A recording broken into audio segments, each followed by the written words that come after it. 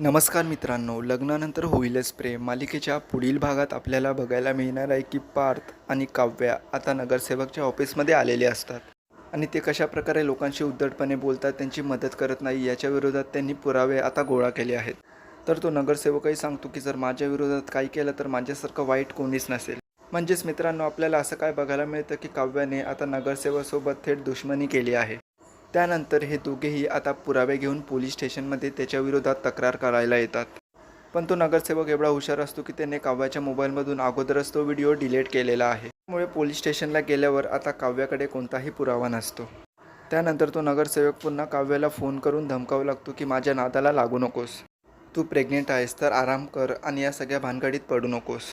तर मित्रांनो, काव्याचं हे धाडस आणि लोकांना मिळवून देणारा न्याय तिच्यावरच उलट पडणार आहे.